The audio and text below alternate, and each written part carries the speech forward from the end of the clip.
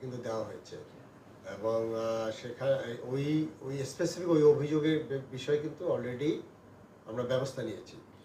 এখন ধরেন আরও যদি অভিযোগ আসে সেটাও আমরা ব্যবস্থা নেব আমাদের আইন অনুযায়ী।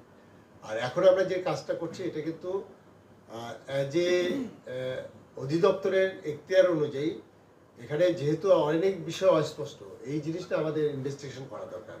এই কারণে আমরা একটি টিম করে দিয়েছি, একটা কমিটি করে দিয়েছি। তারা 7 দিনের মধ্যে এই সমস্ত বিষয়গুলো থরো ইনভেস্টিগেশন করে আমাদের কাছে রিপোর্ট দিবে।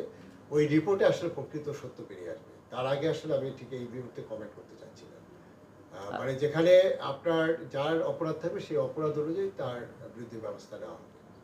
আর আরেকটা বিষয় স্যার, আরেকটা বিষয়, সেটা হলো এই সানবিজ বাই তনি ওনারা যে অভিযোগে অভিযুক্ত এবং এটার এগেনিস্টে আপনারা যে ব্যবস্থা নিয়েছেন, এটা কি সানবিজ বাই তনির বিরুদ্ধে না শুধুমাত্র পুলিশ প্লাজার যে তাদের